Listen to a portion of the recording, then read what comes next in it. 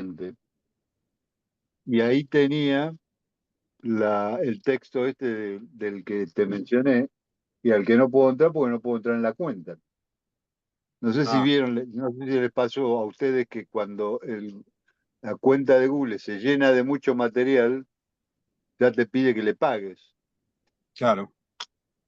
Hay que Y borrar, ahí bueno, hay que borrar.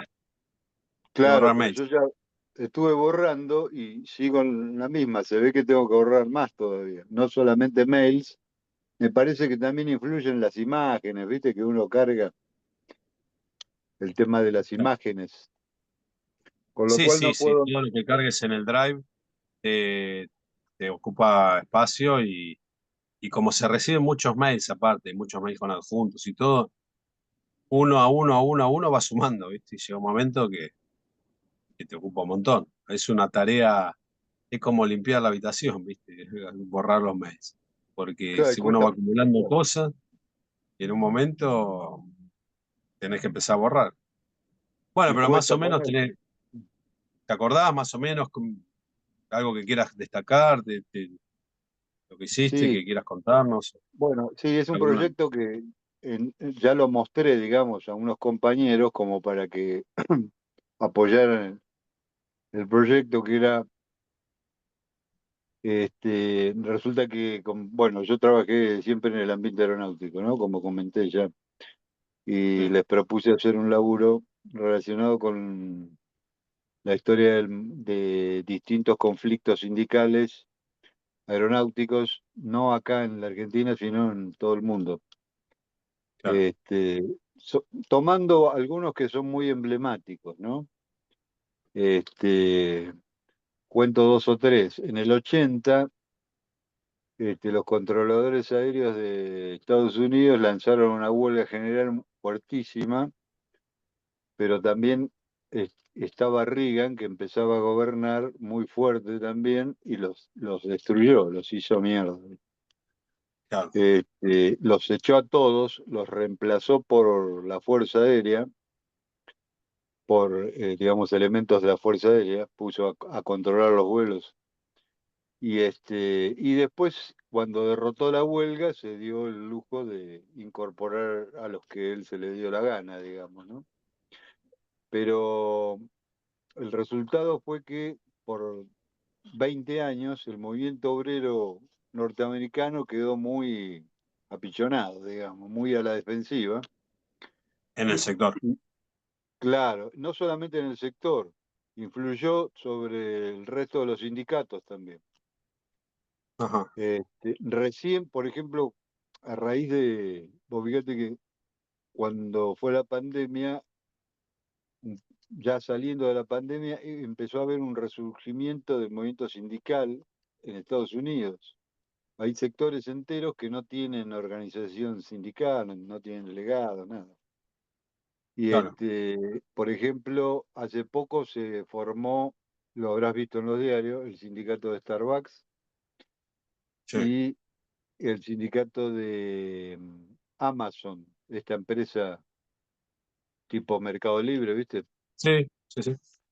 Bueno, pero que inclusive fue muy difícil para los activistas lograrlo porque, no sé, por las cuestiones de las leyes yanquis tienen que votar, a ver si quieren formarlo o no. Bueno, el asunto es que ellos, volviendo a lo de los controladores, la derrota de los controladores marcó una derrota extensa para todo el movimiento obrero norteamericano, que recién se empieza a revertir ahora.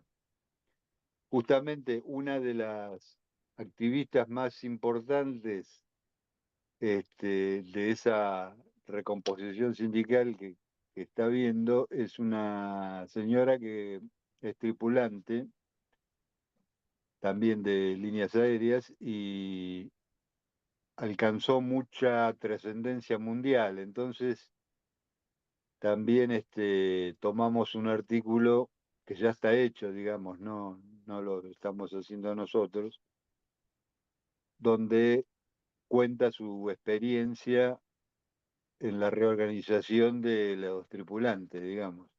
de las líneas claro, aéreas. Que allá, imagínate, las líneas aéreas son, o sea, la actividad aerocomercial es 100 veces mayor a la que tenemos acá, así que la cantidad sí, sí, de trabajadores afiliados son un montón, son como 60.000 en un sindicato, el de los asistentes de vuelo nada más.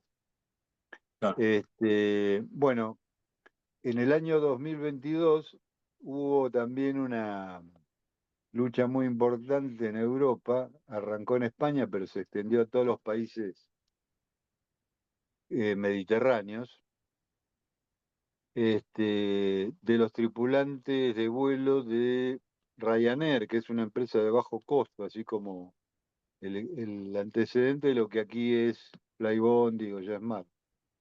sí, Como es trabajo precario, estaban muy explotados, muy negreados.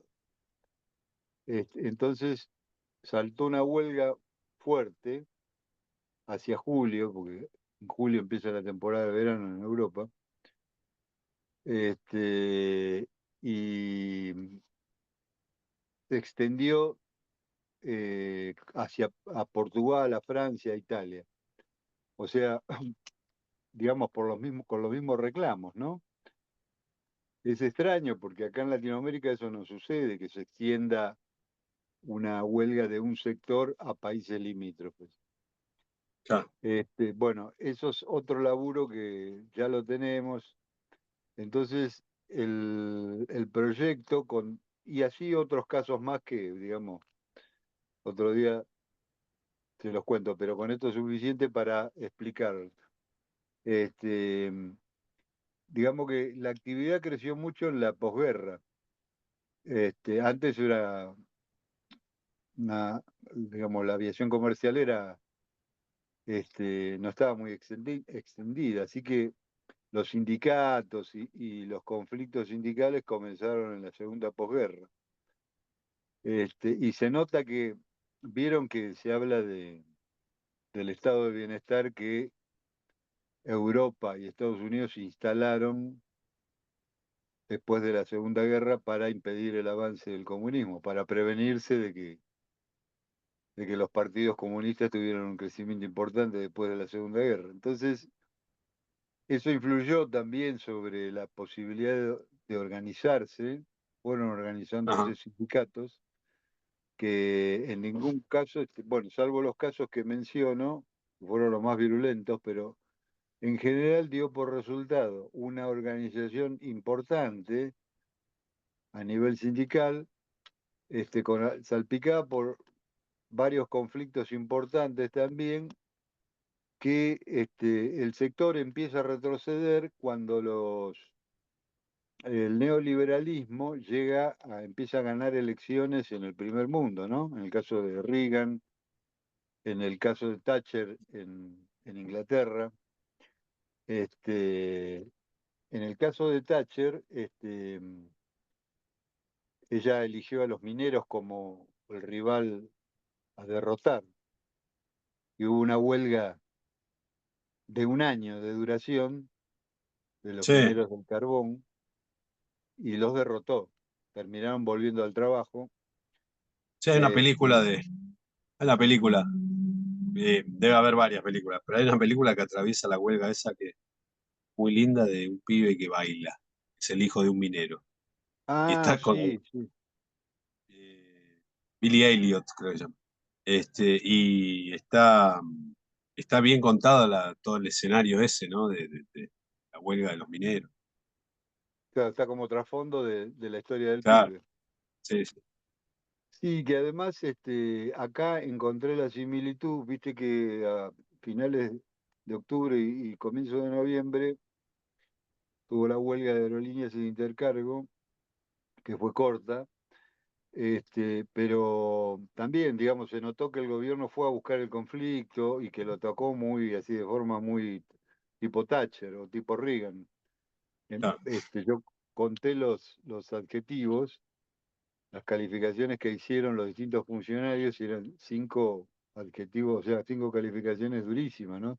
Terroristas aéreos, claro, que tomaban de rehenes a los pasajeros, que secuestraban a los pasajeros. sí, secuestraban, dijo Adorno. Este, y esto es muy fuerte porque en un país donde ya la acusación de terrorista provocó 30.000 desaparecidos, ¿viste? Sí, sí, Este, se obvio. lo, se lo comenté a un aeronáutico de Francia y me dijo que en Francia hubo un problema parecido. Un ministro acusó de terroristas a miembros de la CGT francesa, Sí, y los tipos los llevaron a la justicia.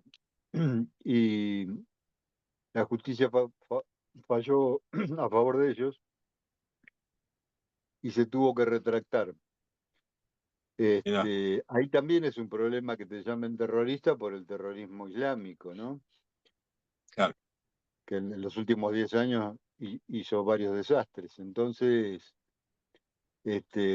para controlar, manejar un poco más las palabras, pero vos fíjate, digamos, también para evaluar la violencia del lenguaje de estos sectores, ¿no? Así que, entonces, lo que había escrito yo, digamos, como inicialmente, como para explicar a los compañeros que me están ayudando con esto, es justamente este recorrido que mencioné, ¿no? Inicios de la segunda posguerra, conflictos principales, y partiendo de una frase muy, muy buena de Rodolfo Walsh, que, bueno, no es el único que ha dicho esto, ¿no? Los historiadores que vienen del marxismo, por lo general, también de alguna forma u otra lo han dicho. Pero la frase de Walsh tiene la calidad del escritor, ¿no? Que dice algo así como que la historia de los trabajadores suele estar despojada, como que los trabajadores suelen estar despojados de la memoria de sus luchas. Y mm, entonces no conocen sus héroes, no conocen sus mártires y no conocen su experiencia de clase. Con lo cual, cada lucha comienza de nuevo de cero, sin poder capitalizar ninguna experiencia previa. claro, Entonces, el enfoque de estos artículos sería justamente contribuir a que construir cierta memoria de los trabajadores aeronáuticos, donde no hay nada, digamos, donde eso no existe porque no hay nada a nivel mundial. Esto yo lo empecé a mirar porque veía que los medios en general presentan los conflictos aeronáuticos como que suceden solamente en la Argentina. Ocultan bastante claro, lo que pasa en Europa y en Estados Unidos sobre todo. Ahí hay, bueno, como decía recién, este, hay conflictos importantes sobre esta actividad. claro, Este, y habíamos empezado así a destacarlos con un grupo de compañeros en las redes sociales, digamos, ¿no? Como para decir, che, las huelgas claro, no son solo de aerolíneas, son de sí, sí, sí. todo el mundo, digamos. Sobre todo Sí, porque ahí, aerolíneas, no digo, ahí lo que es interesante que supongo que lo estarás trabajando es una hipótesis que unifique todos los conflictos, todos los fenómenos que vas a estar reuniendo, ¿no? Digamos, como para llevarlo a un punto, ¿no? una hipótesis que unifique, que le encuentre, digamos, un hilo conductor a los distintos Claro, conflictos. claro, porque si no termina siendo una recopilación de hechos, episodios, por ahí cada uno en sí misma tiene su valor, pero que no, por ahí no lo estás llevando al que te lee hacia un punto donde vos lo querés llevar, algún tipo de conclusión, que corro acá una cortina, algún tipo de conclusión que pueda dar cuenta de algo más allá de la mera recopilación, que no es poca cosa igualmente, ¿no? Pero que vos con esa recopilación puedas demostrar algo, que no sea solamente cada uno de los conflictos en particular. Sí, tenés razón. Este, eso es cierto, todavía no lo tengo muy. Se pueden ver, digamos, algunos elementos que son similares o que marcan una diferencia. Digamos, los rasgos centrales, ¿viste? Serían, por ejemplo, un eje que marca varios episodios es el de las privatizaciones en el área que impulsa Ujú. el neoliberalismo.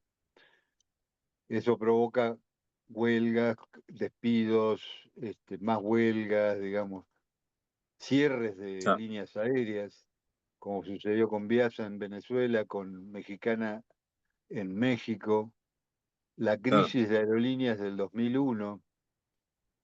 Ahí estamos escribiendo un artículo nosotros, porque yo en esa época estaba ahí, ¿viste? En plena actividad, digamos. Este, entonces eso por un lado podría ser un hilo conductor y el otro, la precarización laboral que justamente el neoliberalismo abrió con las líneas aéreas de bajo costo, que es muy fuerte Claro, y que viene bien destacarlo porque es el panorama que nació acá con la introducción de Flybondi y de JetMar. Y acá todavía es más criminal porque como gobernaba Macri cuando estas empresas empezaron a volar, con la complicidad del Estado, armaron sindicatos por fuera de los sindicatos que ya existían, que se establecieron como sindicatos, como un apéndice de la patronal, digamos, ¿no? Si claro, funcionan legalmente, mantienen la simulación de que son sindicatos, pero en realidad son oficinas de la empresa que dice, bueno, vamos a reclamar por el aeropuerto del Palomar, y entonces van y sacan un comunicado como si lo firmara un sindicato reclamando por el aeropuerto del Palomar, y a veces hasta arrean a la gente. Ellos, fíjate que esta gente que suele acusar a las organizaciones sociales de llevar la gente compulsivamente a Plaza de Mayo, en realidad es lo que hacen ellos. Lo han sí, claro, hecho en varias actividades, cuando reclamaban la reapertura de los vuelos durante la pandemia. Eran actividades hechas, organizadas por la empresa, pero llevaban a los trabajadores así arriándolos. Entonces acá claro, se agrava el panorama por esa razón también. No solamente por eso, sino, ¿qué quiere decir esto también? Que tampoco tienen acceso a los convenios colectivos de trabajo de la actividad. Que es algo que Macri y compañía lo tienen metido entre ceja y ceja, quieren romper los convenios de trabajo, lo dice expresamente, ¿no? En sus propuestas, la última propuesta que lanzó por Twitter, el tipo dice, tenemos que hacer la quiebra de aerolíneas y empezar todo de nuevo, sin los convenios colectivos que existen. O sea, quieren aumentar la productividad, aumentar las ganancias, bueno, y lo claro. que ya hicieron a nivel ley, reforma laboral, lo que hicieron en todos los rubros, ¿no? Bueno, vamos a hacer estamos nosotros solos, hasta ahora no se sumó nadie más. Fin de año, llegamos hasta Está- acá igual, lo que pudimos. Así que de todas maneras queda grabado por si los rezagados quieren repasar lo último que, digamos, quería ver para hoy. Con respecto al tema del plot que vimos la otra vez, ustedes tienen el ejemplo ahí para revisarlo por cualquier cosa y las plaquitas y lo que estuvimos hablando, pero bueno, básicamente los puntos centrales del plot era esto que estamos hablando recién, ¿no? Poder sintetizar una presentación del tema que estábamos investigando, que pretendemos investigar, con algún desarrollo mínimo, por lo menos, de las líneas de investigación más importantes, con alguna descripción de algún contenido que ya por ahí ya lo tengan investigado o ya tengan una primera toma de contacto con ese contenido, por alguna previa Después al final vamos a repasar todas las instancias, ¿no? Pero por alguna instancia previa en la investigación, por ahí ya tienen algo, un pedazo de entrevista, un recorte, algo de un libro o un evento que ustedes saben que va a ser importante y lo tienen más o menos en la cabeza algún tipo de relato, eso se puede agregar. Contar si hay trabajos hechos sobre ese tema, eso sirve también en un plot, porque le da al editor la posibilidad. Ojo que dije editor y me refiero al editor ahora, esto es algo que quiero que veamos también hoy. Cuando dije editor recién no me refería al editor en el rol que vimos la semana pasada, sino ya como la editorial que va a encargarse de publicar nuestro libro. Entonces, ese editor es el que puede tener el conocimiento de si hay más material publicado, entonces puede hacer una evaluación de mercado en base a eso, si le conviene o no, le interesa o no publicar nuestro libro. Entonces también es importante eso. Eh, Incluso contar si hay publicado, contar cuáles son los enfoques y si nosotros tenemos un enfoque distinto, contarlo ahí también, justamente por todas estas cuestiones, ¿no? Y relacionado con eso, cuál es el público que nosotros creemos que puede estar interesado en un libro como este. Puede ser público en general, un público politizado, un público de un nicho o un segmento comercial específico o académico o lo que sea. Obviamente, siempre cuanto más abarque el segmento de nuestro público, más vamos a tener nosotros posibilidad de tener mayor cantidad de lectores y compradores también del libro, y más interés vamos a generar en el editor, porque los editores quieren vender libros, por supuesto. Como todos los que hacen negocios, quieren invertir para ganar dinero. Entonces, si nosotros tenemos algo muy de nicho y ese nicho es muy chiquito, bueno, va a ser por ahí más difícil convencer a un editor que lo produzca. No imposible, más difícil que si tenemos un trabajo que aún siendo originalmente de nicho o originalmente dirigido a un segmento, aún siendo así, nosotros lo podemos transformar en un material que sea apto, decirlo así, para toda audiencia, todo público. Eso ocurre mucho, vos que estás en la historia, vos estabas en la historia también, ¿no? O era Sí, Nicolás, vos también. todo. Ocurre mucho con esas ramas de la ciencia, ¿no? La historia, la filosofía, que es la divulgación. Y mucha gente que viene del palo académico se dedica a la divulgación, justamente dándole una vuelta popular, popularizando ciertos contenidos que son académicos, como que los baja a la tierra para el público en general, entonces convierte temas que por ahí se discuten mucho en la academia en temas que son de llegada a un público más abierto, más amplio. Eso pasa mucho y es interesante y es un ejemplo que podemos tomar. Los que hacen eso son muy criticados por los académicos, pero bueno, problema de los académicos. No les gusta a los académicos, los divulgadores, pero es es un debate. Este, yo lo he hablado con él en algunas entrevistas que le hice, a Piña no lo quieren nada, la Academia de Historia no lo quieren. Yo creo que es bastante serio Piña, y dice cosas muy interesantes.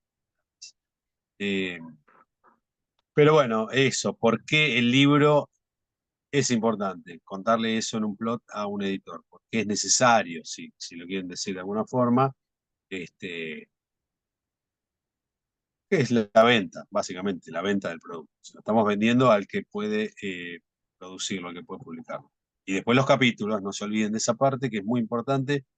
También es importante en función de lo que estábamos hablando al principio, porque ayuda a ordenar el mismo libro, la producción, la investigación y después la escritura. Nos concentra, mejor dicho, nos ordena la, la producción en las dos partes, en la parte de la investigación y en la parte de la redacción. Pero además en una tercera parte que engloba toda, que es en esta asimilación del trabajo que vamos a hacer.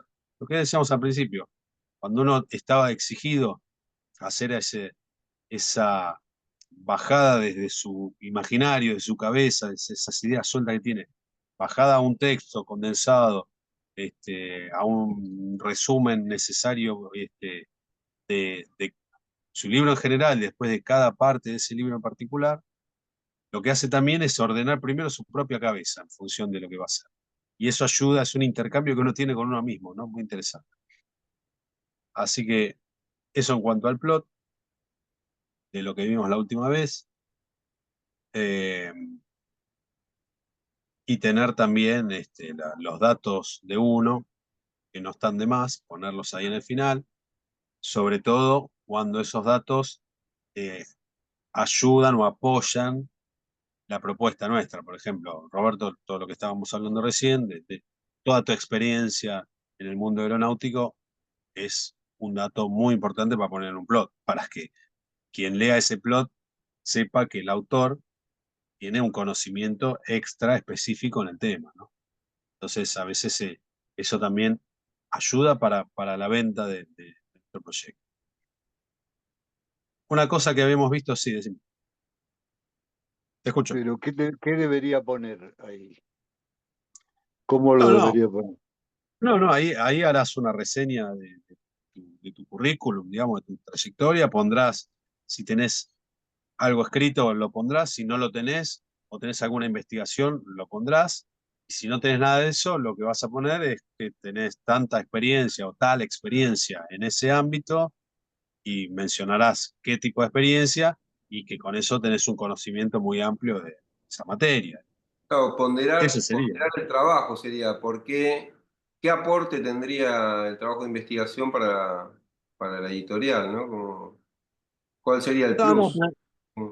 está bien, pero Claro, en ese segmento de lo que sería la parte más del dato del autor, que es como una mini biografía, ¿vieron cómo sale en la solapa de los libros? Fulano de tal, licenciado en no sé qué, escribió tal y tal libro, fue director de tal agencia, no sé, lo que sea. Bueno, claro. eso es lo que uno pondría también en el plot, pero lo que quiero especificar, lo que quiero enfatizar acá es que uno tiene que considerar los datos que pone para valorar más el proyecto que está presentando. Si uno tiene publicados 20 libros previamente a ese plot, y por ahí ese dato es importante para que el editor sepa que el que le está presentando un proyecto es un escritor con mucha trayectoria, mucha experiencia en publicaciones, que muchos lo han publicado, que tiene muchos libros, que tiene capacidad de producir libros y demás. Es un dato válido. Si uno no tiene 20 libros, tiene uno, pondrá ese uno. Pero además, si uno está presentando un tema que ha estudiado durante toda su vida, durante muchos años, porque estuvo ahí adentro por alguna razón, Maquiavelo, por ejemplo, en El Príncipe. ¿Qué le dice Maquiavelo a Medici en el prólogo del Príncipe? En la carta inicial le dice, yo fui funcionario durante un montón de tiempo, fui diplomático, trabajé para todos los reyes de Italia, todos no, varios, conozco desde adentro lo que decía Alberto, que después fue un fiasco, ¿no? Conozco la botonera. Conozco desde adentro todos los pormenores de la cuestión del Estado, de los obstáculos con los que se enfrentan, cómo se resuelven, cuáles son las cosas buenas, las cosas malas. Sé todo eso. Así que por eso yo escribí este libro, El Príncipe. Léanlo. Bueno, a eso me refiero, ¿no? Entonces, si uno tiene un recorrido en algún ámbito sobre el cual después se está presentando un proyecto, es importante mencionarlo en el plot. El que lea ese proyecto y diga, ah, mira, y este tipo además fue piloto durante 20 años. ¿Cómo se llama el piloto este que ahora es cómico? El del APA. Eh, Piñeira, Ese, Piñeiro. Eh, bueno, él habla de cuestiones de aeronáutica. Y entonces, bueno, él fue piloto un montón de tiempo. Listo. Está. Piloto comercial, trabajó en la APA, escribió un libro sobre el APA, sabe del tema. Será más chanta, menos chanta, pero digamos, a la hora de presentarse, él ahí tiene una carta de presentación, ¿no? claro, A eso iba. está bien. Después hay una cuestión que habíamos hablado también de cómo buscar editorial, cómo presentar el libro a la editorial, cómo acceder, esto un poco lo habíamos dicho, hay distintas formas, desde lo más básico hasta lo más obvio, hasta el clásico tocar el timbre, digamos que sigue funcionando, Hoy día por ahí tocar el timbre se asemeja a conseguir un WhatsApp y mandar un WhatsApp o un mail, pero sigue siendo más o menos eso. Pero antes de hacer ese paso, también algo que nos puede ayudar mucho es hacer un pequeño estudio propio de mercado editorial. Es decir, cuando uno ya tiene más o menos definido cuál es el tema que quiere hacer, antes de buscar a qué editorial se lo ofrece, si es que no tiene, por supuesto, esto siempre lo voy a insistir porque estas cosas también funcionan casi te diría en la mayoría de las veces por contactos. Generalmente estas cosas funcionan por contacto. Uno va a una fiesta, se encuentra con un primo, y el primo dice, ah, vos no me digas, cierto que vos trabajás, vos sabés que mi actual novia trabaja así. Suena tonto, pero es así. Esas cosas pasan mucho y sobre todo cuando uno entra en el circuito, esto es hablar de la primera clase de todas, cuando empezamos a decir para qué investigar. Cuando uno ya entra en el circuito, ahí mismo empieza a generar los contactos también, para después tener que levantar el teléfono y buscar opciones, más allá de que puede tener éxito o no, pero ya esa barrera la tiene resuelta. Todavía no está esa barrera y no tiene los contactos y nadie le ofreció nada y no conoció a nadie, ni a la novia, ni al novio, ni al primo, ni a nadie. Conviene hacer un pequeño estudio de mercado editorial sobre qué cosas se está publicando. Entonces, mete a internet, busca las páginas de las editoriales, ve las novedades, y entonces uno va como haciendo un filtro de qué editoriales publican qué cosas. Hay editoriales muy grandes que publican cualquier cosa, de todo tipo. Y hay otras que se enfocan más a lo político, más a lo analítico, más a lo tecnológico. Hay muchas editoriales, muchas muy grandes, muchas medianas. Entonces eso también sirve a la hora de hacer una búsqueda para ofrecer el proyecto un poco más actual, más precisa, ¿no? Entonces, bueno, tengo estas 3, 4 editoriales que seguramente van a estar interesadas en mi proyecto. Y no le voy a llevar, me voy a perder tiempo, golpear la puerta de una editorial que por ahí tiene un tipo de publicaciones que no es del estilo de lo que yo pienso hacer, ¿no? Y esto es interesante porque es un ejercicio también para ir teniendo un poco el ojo más, más entrenado para a la hora de encontrarse con esto de una casualidad que se le presenta una oportunidad ahí enfrente y saber con quién uno tiene enfrente y por ahí decir, bueno, esto es una oportunidad, ofrezco esto. Para ir sabiendo. Temas que se publican, cuáles son las editoriales que publican cada tema, cuáles publican todo, cuáles son más específicos. Eh, Cuanto más chicas son las editoriales, este es un fenómeno interesante, más cerca, ¿se acuerdan el gráfico ese de los círculos concéntricos con respecto a las entrevistas? Bueno, acá pasa algo parecido. Cuanto más chicas son las editoriales, más cerca está el núcleo de ese círculo concéntrico. Eh, Les va a pasar que ustedes consiguen el mail de una editorial de mediana a chica, mandan el mail, se lo contesta y resulta que el que le contesta es el director o directora de la editorial. Eso ha pasado, a mí me pasó. Por lo tanto, también ahí hay como un trato más directo. Una vez más, no garantiza la publicación, pero es una experiencia también que ayuda a estar como en contacto y en el trato, ¿no? Uno se va como aceitando en el trato con los editores para saber a prueba y error, ¿no?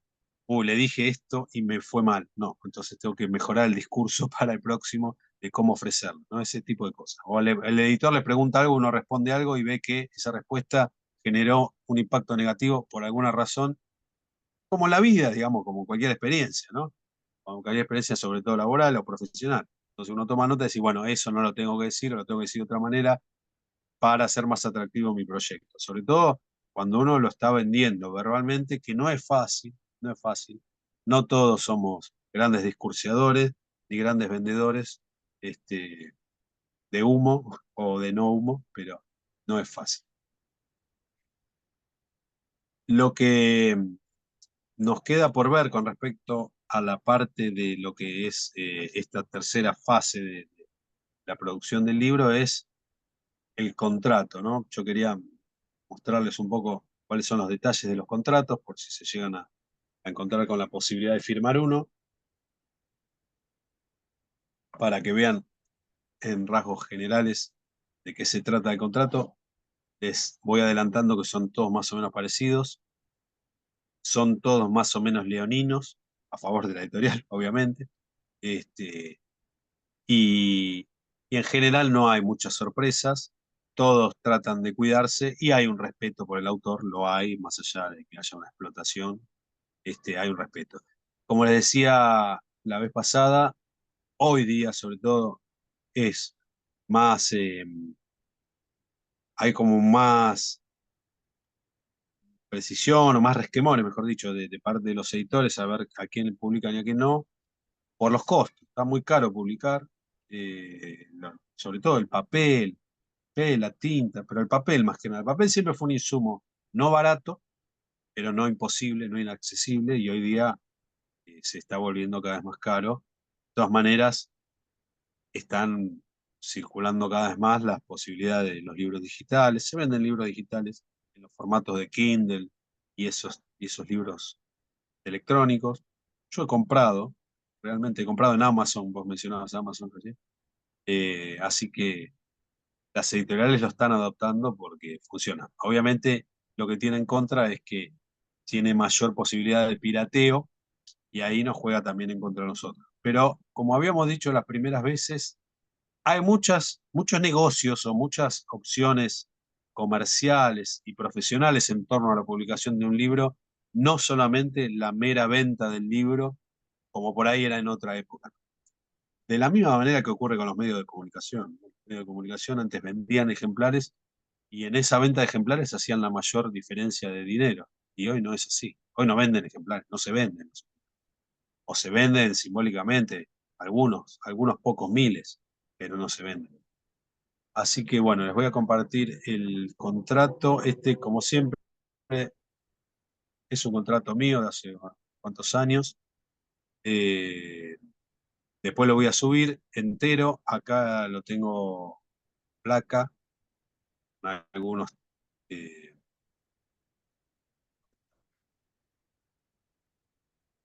con algunos, decía, algunas cosas resaltadas.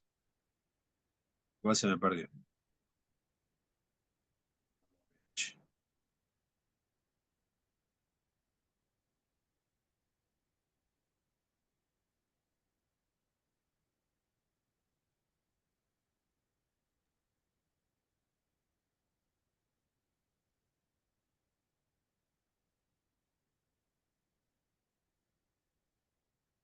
Mm,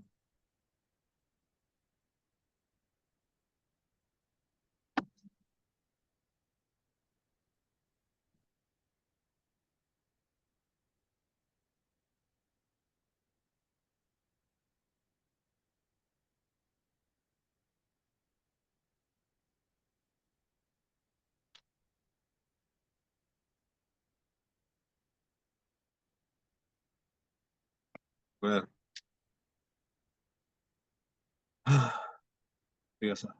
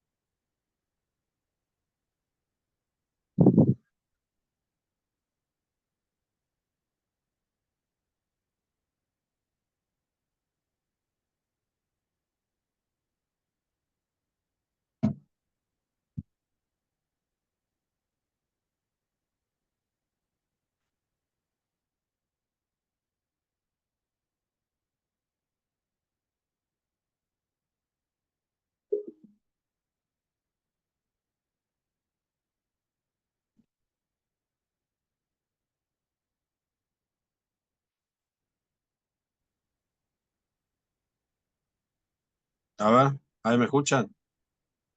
¿Qué problema, eh? Me quedé congelado. ¿Me escuchan bien? Sí, se escucha.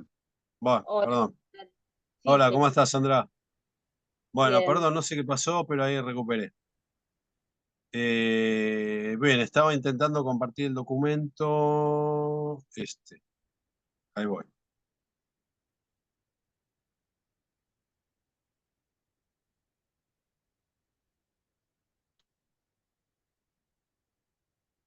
¿Ahí me ven? Sí. Bien. Bueno, como les decía, este es un contrato de hace varios años. Taché algunos nombres, algunas cosas por la duda, por si circula. Esto hace mucho que lo hice, así que no hay problema. Como verán, el primer tema que se presenta en el contrato es las dos partes del contrato, que somos los autores y la editorial. Como ahí dice, en su calidad de editorial, en adelante el editor, como verán, firmé el contrato con Pablo Abeluto, el ex ministro de Cultura de Macri. Bueno, por eso es el editor, ¿no? Eso lo quería marcar. El objeto del contrato, ahí aparece la cláusula número 1, que se propone la publicación, reproducción, distribución de la obra para todo el mundo, pero acá lo importante es que dice esto en forma exclusiva, ¿no? O sea, obviamente el editor ahí lo que se está resguardando y está asegurando es que firma un contrato con uno, pero que es el único eh, con el poder, con la autorización de publicar esa obra, porque si no uno va, publica con Sudamericana y después firma, digo, y después también firma con otro y es cualquier cosa. Y la editorial dice, sí, yo con mi inversión, ¿qué hago? ¿No? Entonces, bueno, ahí tenemos un aspecto.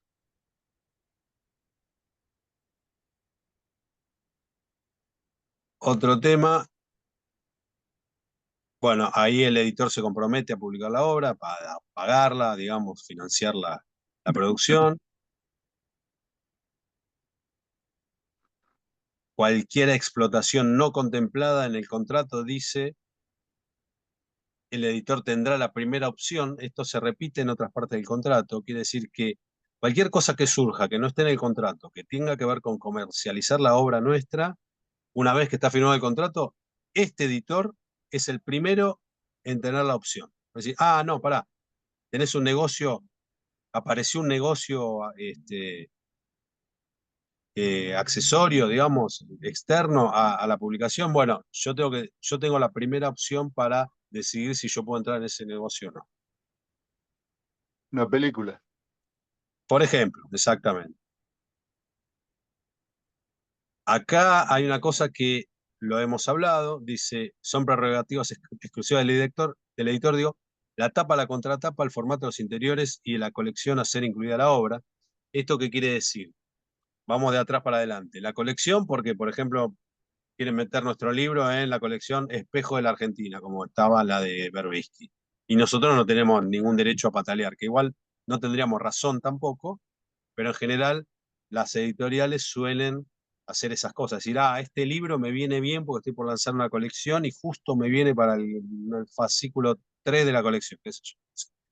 Entonces, la editorial ahí se resguarda de que uno no pueda discutirle eso. El formato y los interiores, bueno, decir, bueno, yo publico los libros en 10 por 14,50 y chao. Entonces uno como autor no puede ir a plantearle alguna modificación porque eso es prerrogativa de la editorial. Los interiores también, digamos, cómo desarrolla el diseño del interior, si usa tal tipografía o tal otra, si usa tanto margen o tal otro, ¿no? Porque parece mentira, pero estas son cuestiones que por ahí alguno va y discute, ¿no? Entonces ahí la editorial se planta frente a eso. La tapa y la contratapa, esto es lo que quería llegar con más interés, y es algo que lo hablábamos la vez pasada. En realidad es más discutido, hay un acuerdo.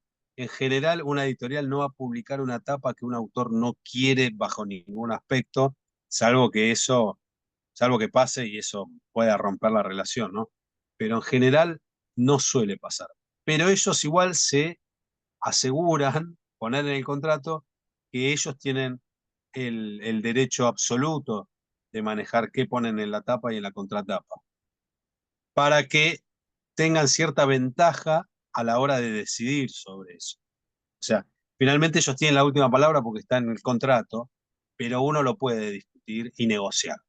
No es que se lo van a imponer. Aparte, pues sería ridículo que un autor sea sometido, obligado a publicar su propia obra con una tapa con la que no tiene ningún tipo de acuerdo, ¿no? Es absurdo porque uno mismo hasta casi naturalmente quisiera que no se vendiera el libro, ¿no? Pasarían ese tipo de cosas. Puede pasar, digamos, no quiere decir que no haya pasado o antecedente del mundo, pero son excepciones. En la historia de las publicaciones son excepciones. La otra cosa que se guarda para sí es las modalidades de la explotación, o sea, la editorial dice, bueno, yo lo voy a vender de esta manera, en este formato, en esta otra, a través de tal distribución, o sea, para que uno como autor no intervenga en eso. Les aseguro que uno como autor no quiere intervenir en estas cosas, así que hasta acá no hay problema, hasta acá los contratos son todos así y no nos generan ninguna duda.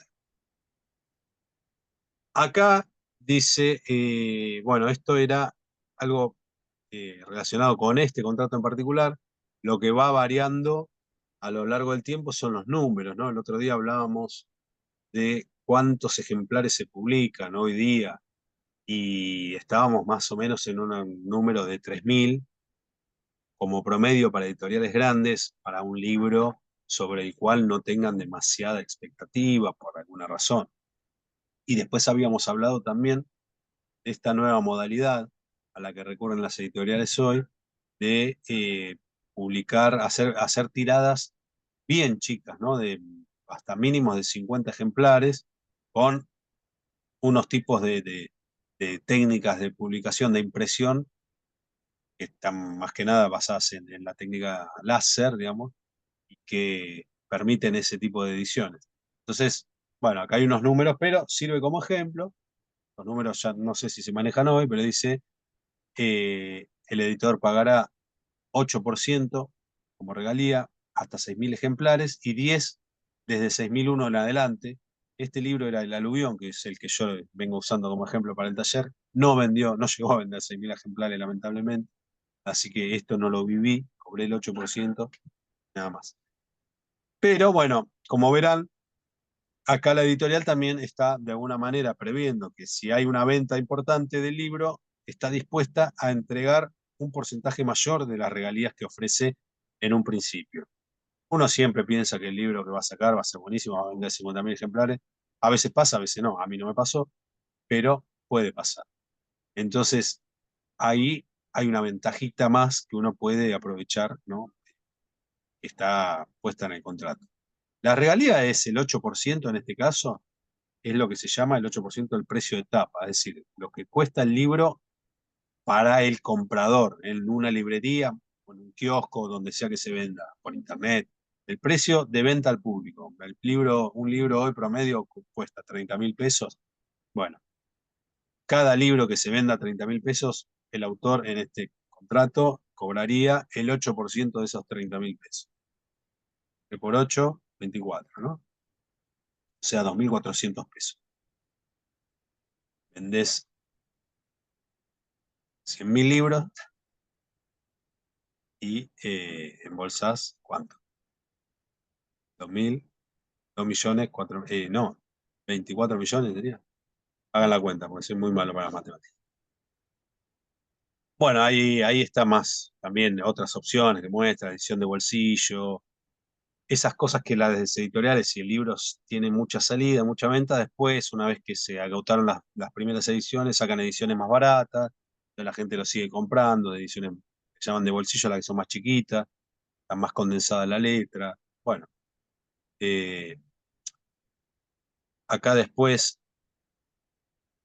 habla de derechos subsidiarios, cesiones, cualquier reproducción por parte de terceros no asociados, o sea, que no estén dentro de este contrato, también corresponde de alguna forma, dice, a la contratación con el editor. O sea, acá es parecido, como les decía, ¿no? Esta cláusula que veíamos antes, que se va como repitiendo en distintos ítems en el contrato, el editor siempre se coloca acá por contrato como el principal beneficiario de cualquier negocio asociado al libro.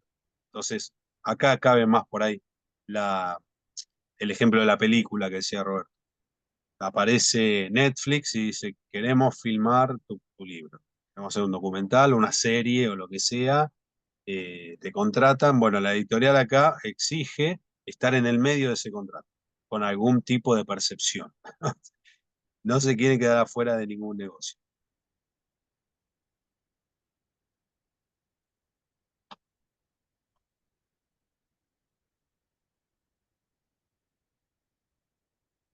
Acá habla de lo mismo, de esto que estamos diciendo. Es el mismo artículo, ¿no? Eh, y acá incluso plantea un porcentaje. Como les decía, ¿no? Siempre hay, hay cuestiones que parecen favorecer más a la editorial y otras más o menos. Acá dice un 70% para el autor, 30% para el editor. Son cosas que cuando uno está firmando el contrato son tan lejanas y tan poco probables que igual no nos hacemos tanto problema y la mayor parte de las veces no ocurre nada. Pero bueno, siempre está bueno que uno ya vea esto de antemano y sepa que esto puede pasar, se lo puede encontrar. Bueno, acá dice cómo se maneja cuando se agota la primera edición. Eh, en general se vuelve a hacer, como que se repone, se hace una nueva edición o se hace una reimpresión. Esto depende de cómo lo quiera manejar el editor, ¿no? Cuando saca una tirada y por ahí se agota rápidamente, saca una reimpresión, no saca una reedición. La reedición por ahí requiere una revisión de, de la, del texto, de algo así, ¿no? Algún tipo de arreglo o algo mejorado, eso suele pasar. No, si no se reimprime. Acá habla de eso, es una cosa que también la editorial este, se plantea y lo especifica en el contrato.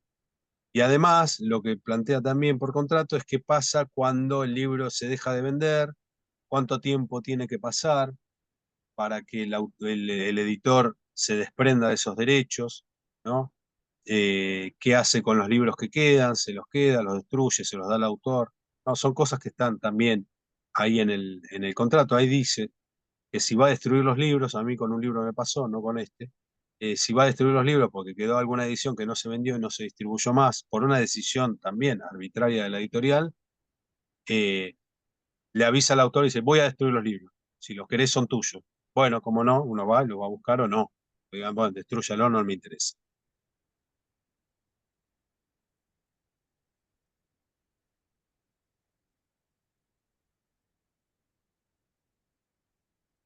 Pase de página, a ver.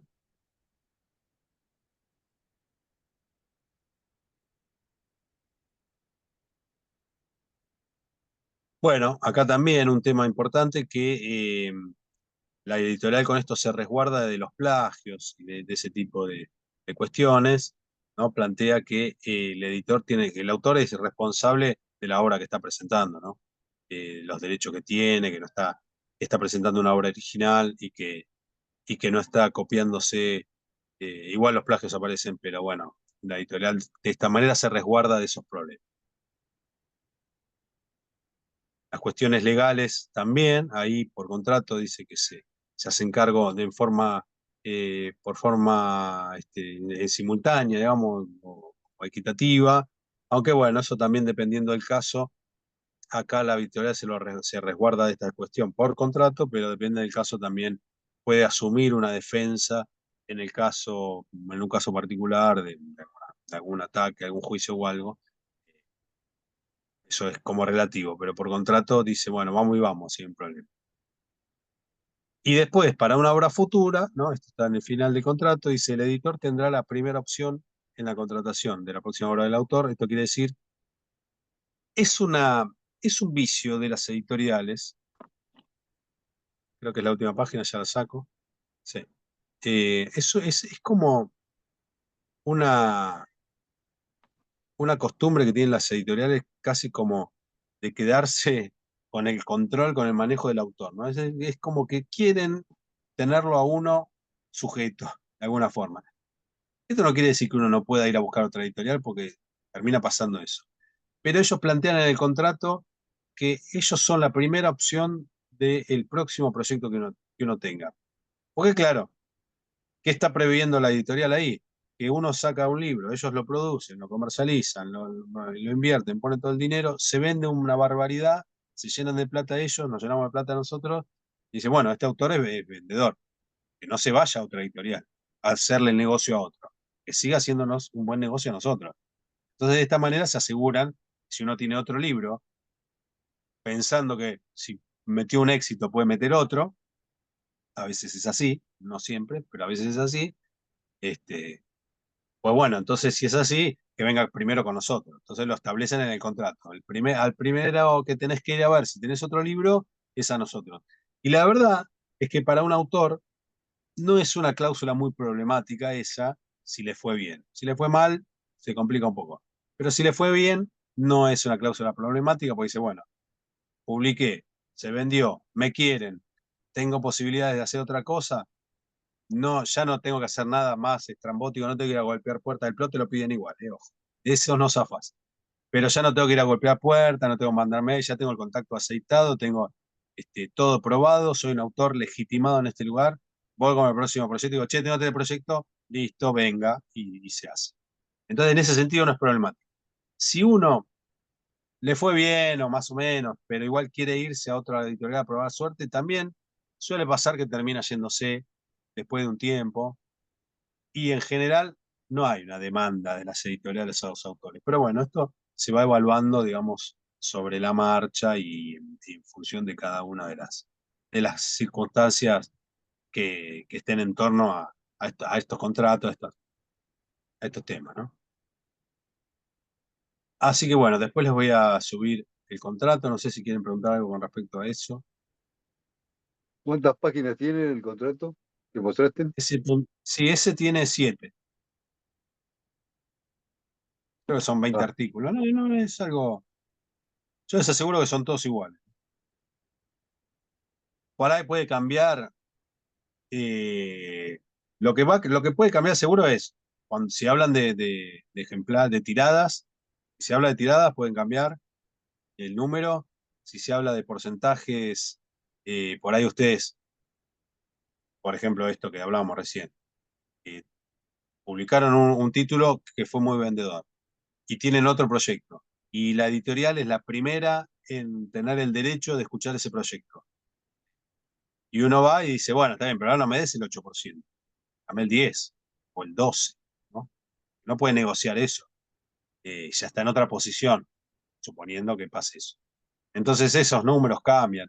Pero después, todas las otras cláusulas, yo creo que copian y pegan, son todas más o menos las mismas en todas las editoriales, porque es como un estándar, ¿no? Digamos, como en otros rubros, digamos, esos contratos son más o menos iguales y están también ya aceitados, los tipos que los han confeccionado pasaron por todas las experiencias, ya saben de qué preservarse y de qué no, y entonces le van copiando siempre esa estructura.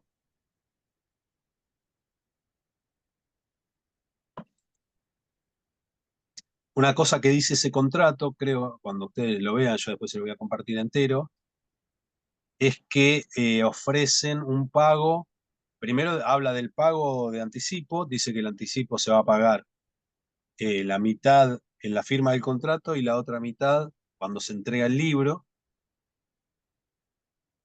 ¿Y el anticipo cómo funciona? Suponete, te dan 100.000 pesos de anticipo, entonces 50 lucas cuando firmas el contrato. Cuando terminas el libro de entrega, te dan las otras 50, con la inflación estamos en el horno. Por ahí en, en estos últimos años puede haber una cláusula inflacionaria que uno lo puede poner y decir, bueno, pero si yo te firmo ahora y me vas a dar 50 lucas dentro de 2 años cuando te entregue el libro, ponele una cláusula de actualización por inflación. Ponele. Ese tipo de cositas pueden llegar a cambiar. Lo que decía entonces que supongamos que son 100.000 pesos para hacer un número redondo y uno cobra después el 10% de la venta de tapa, cada uno de esos libros que va vendiendo lo va descontando a la editorial de lo que ya le adelantó.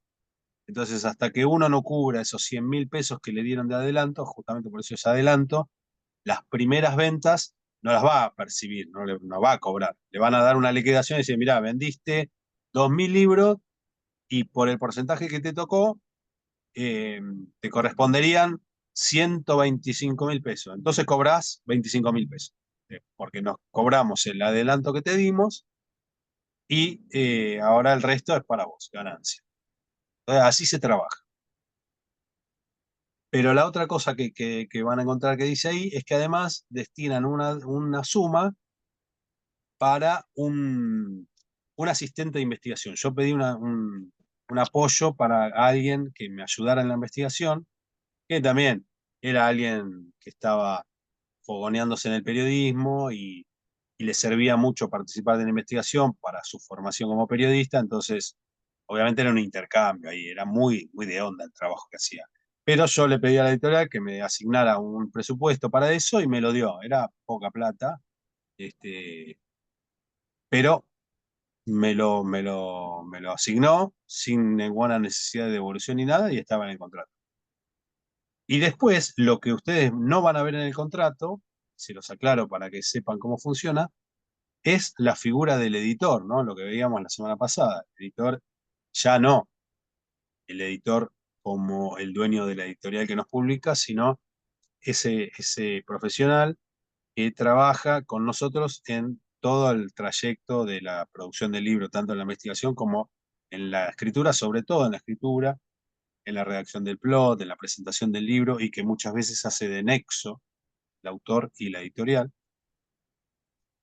De nexo hace siempre, no muchas veces, pero muchas veces hace de nexo en cuanto a presentar al autor a la editorial, porque es un editor que ya trabaja asiduamente en una editorial, uno lo conoce, le presenta el proyecto y el editor dice, bueno, yo lo voy a presentar a la editorial, trabajo, para ver si le interesa. Entonces ahí, en ese sentido, digo que hace el nexo. El editor firma un contrato por las suyas, por eso no lo van a ver en nuestro contrato. El contrato no figura. El editor, por ejemplo, lo que ocurre con estos contratos que son al 8% es porque la editorial destina un 10% a las regalías y el 2% se lo da al editor. Ese es el pago del editor.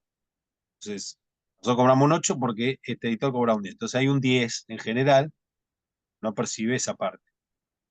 No está en nuestro contrato, repito, porque el contrato del editor es un contrato aparte, con sus cláusulas y demás. También el editor, digo, parece que un gran negocio no lo es tanto, pero siempre lo es si un editor trabajó con muchos libros y muchos de esos libros fueron exitosos.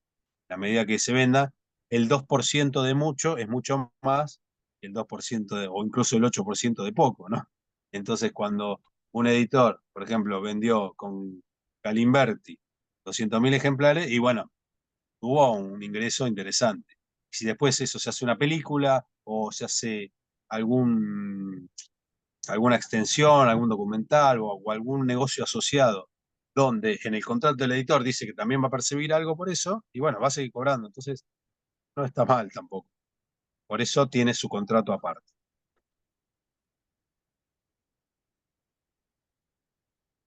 Llegando al final de la producción del libro, ya tenemos el contrato, tenemos el plot, tenemos la redacción, entregamos el libro, se lo dimos capítulo a capítulo al editor, hizo las correcciones pertinentes, tenemos el libro completo, con la introducción, el epílogo si lo tiene, el prólogo si lo tiene, está entera la pieza, se lo damos a la editorial, bueno, acá está. Hay una última fase, una última revisión, que es la corrección de estilo, ya, o sea, todo lo que tenga que ver con gramática, ortografía, construcciones de oraciones, se mejora un poquito también, alguna palabra mal usada o alguna palabra no muy, no muy interesante, o, o que desluce un poco la redacción. Se evalúan las cuestiones legales, hay un equipo jurídico que lo lee también y nos advierte cuando ve alguna cosa si tenemos que modificar o modificar la manera en que contamos algo, por ahí tenemos que pasar al potencial, al famoso habría dicho, habría hecho, se dice que habría pasado esto, no está confirmado, ¿no? Esas cosas para uno cubrirse de que no está asegurando cosas que no tiene absoluta certeza en su investigación de que fueron así y que pueden ser susceptibles de una demanda, ¿no? Obviamente por calumnias e injurias. Ahí se evalúan si van fotos o no, Si van fotos, se evalúan cuáles son, se ven los pliegos de fotos, se hacen las correcciones, se establecen todos los paratextos que van a ir. ¿Se acuerdan los paratextos? Lo vimos la vez pasada, ¿no? Estos elementos que contribuyen al texto central, pero que son como accesorios. Bueno, se incluyen entre ellos el prólogo y el epílogo, pero sobre todo el tema de las notas al pie, los anexos documentales, bueno, las fotos, como decía, ¿no? Cualquier material adicional que permita ampliar la información, los índices de nombres, los índices de siglas, estamos mencionando en nuestro libro. Bueno, todo eso se ve también en esta última etapa. Hay que leer el libro por última vez.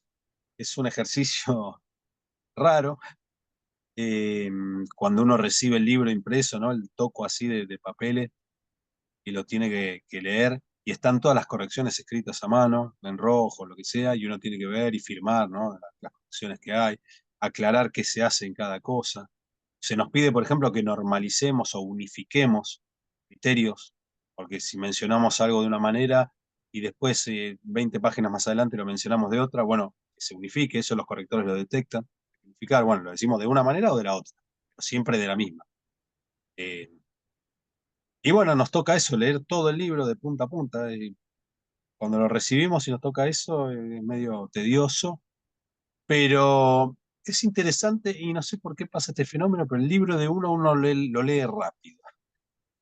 Tal vez porque ya lo tienen todo en la cabeza, no sé, pero no es un proceso muy largo. Así que bueno, hay que hacerlo, sí, obligado, hay que hacerlo, se hace. Y hay una cosa, un fenómeno muy interesante que se produce. Ojalá que a todos nos pase, ¿no? Pero suele ocurrir cuando uno está obligado a leer el propio libro entero de punta a punta. Lo termina de leer y dice, che, es un buen libro. A veces pasa, ¿eh? Así que bueno, eso, o también puede encontrar alguna cosa a tiempo para corregir y decir, no, acá, ¿qué? Esto no lo vio nadie, no lo vio el editor, yo lo puse mal, no lo vio el corrector, esto está mal. Y es el momento también, la oportunidad de arreglarlo. Como le decía la otra vez, es el momento final el que se decide el título. Puede ocurrir que uno tenga el título ya definitivo desde el principio, pero después pasa esto que está en el contrato, que la editorial dice, la prerrogativa de la tapa es mía. ¿La tapa qué quiere decir? ¿Qué imagen pongo y qué título pongo? Entonces ahí hay una negociación donde puede haber una coincidencia original, felizmente, pero en general no la hay. Entonces hay todo un proceso que además uno por ahí tiene que asimilar todo el trabajo, a ver realmente cuál es el mejor título. Lo mismo pasa con la editorial, asimilar el trabajo una vez que llegó, que se hizo toda la construcción y todo, está todo listo para salir a impresión, y ahí aparece la última discusión del título. Bueno, eso se hace. Eh, Finalmente, una cosa, bueno, el título y la foto, ¿no? La imagen. La imagen, porque por ahí no es una foto. Muchos libros se publican en la tapa sin fotos o sin imagen directamente, sin una ilustración, nada, sino simplemente una cosa gráfica, letras, de alguna manera, con eso ya se alcanza. Eh, pero bueno, esas también son decisiones por ahí finales. Una cosa que no les dije nunca, y me lo guardé para decirlo ahora al final, pero que es para tenerlo al principio de todo, presente, al principio de toda investigación, es documentar la investigación. Nunca se sabe qué vamos a hacer después con eso, ¿no? Sacar fotos, si quieren hasta filmar las entrevistas, no está de más. Si quieren incluso invertir tiempo, dinero o pedido de ayuda de gente para que filmen las entrevistas con una técnica profesional, porque después eso lo puedan usar para algún documental, podcast o lo que sea, no está de más tampoco. No se lo tomen como algo obligado porque no es que hay que hacerlo sí o sí. En los tiempos tan multimediales de hoy, por ahí viene, por lo menos tenerlo presente. Pero bueno, si no lo hacen, ustedes están haciendo un libro, no es algo que es obligatorio. Pero si lo hacen, tienen un material más. Y además también la documentación del proceso también les permite tener testimonio de su investigación. ante una eventual desmentida o demanda, ¿no? En el peor de los casos. ¿Vieron esto que decía Berbisky en el libro Robo para la Corona? Que decía, todas las entrevistas fueron hechas off the record, pero ante testigos, como diciendo, eh, hay gente que sabe que estas entrevistas se hicieron, así que nadie me venga a desmentir o a decir que lo que yo cuento acá no es cierto. Bueno, finalmente lo que nos quedaría, y después me gustaría pasar a una última instancia de charlar un poco con ustedes, a ver que me hagan una devolución y algunas preguntas que quieran hacer, es hacer un veloz repaso de todo lo que estuvimos viendo, por lo menos de lo más importante.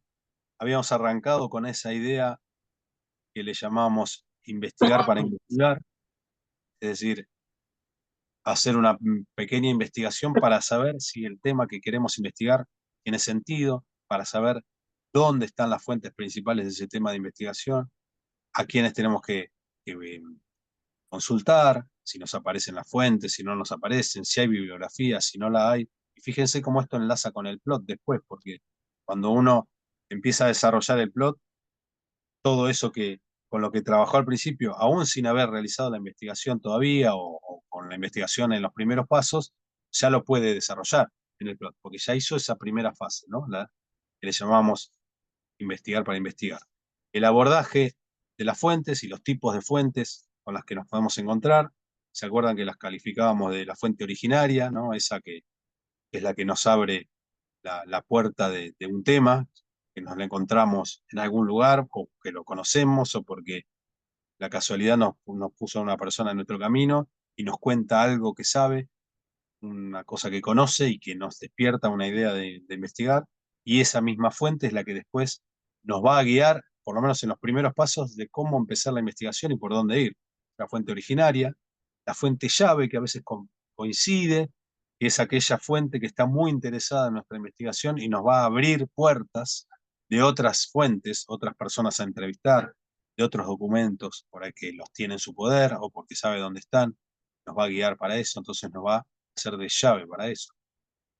Otra fuente también para comenzar una investigación es el caso testigo, que también es coincidente con la originaria, pero es la fuente que además vivió la historia que nos va a contar y que nosotros vamos a investigar.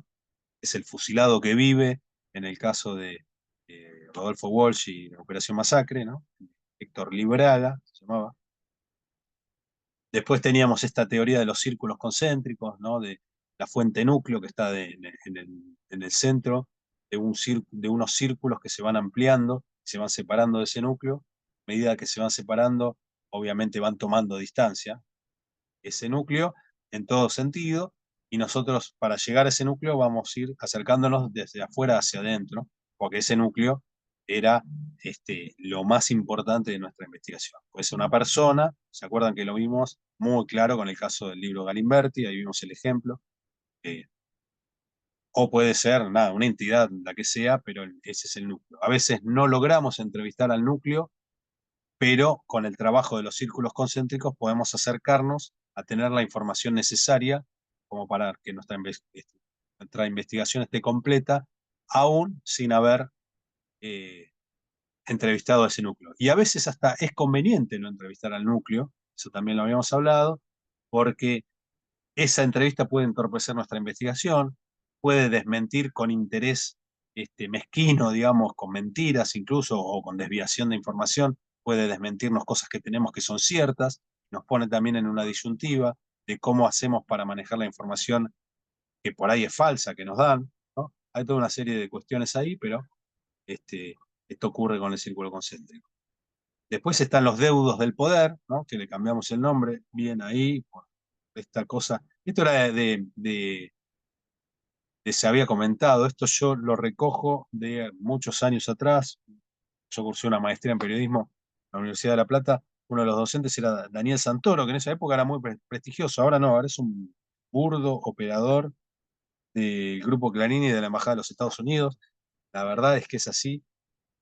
Eh, pero él tenía esta expresión de las viudas del poder, ¿no? La verdad que nos dimos cuenta que era inapropiada y fuera de época, entonces la cambiamos por deudos del poder, es decir, eh, aquellos que eran relaciones del poder y que una vez que el poder se muere quedan como desamparados, ¿no? Ese poder, y que por despecho o por rencor o por algún otro tipo de sentimiento o resentimiento puedan estar interesados en compartir información. Y esos nos sirven a la hora de armar un plan de investigación y generalmente suelen ser off the record esas fuentes.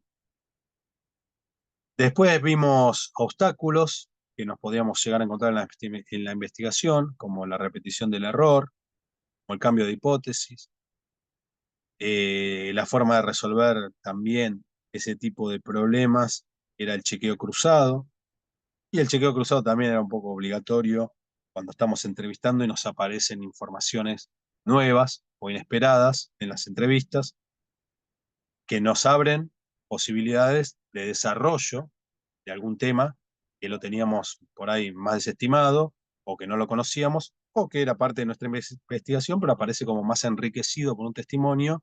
Entonces tenemos que chequear en forma cruzada, digamos, con otras entrevistas o con otros documentos, esa información puntual para poder después armar un relato sobre eso.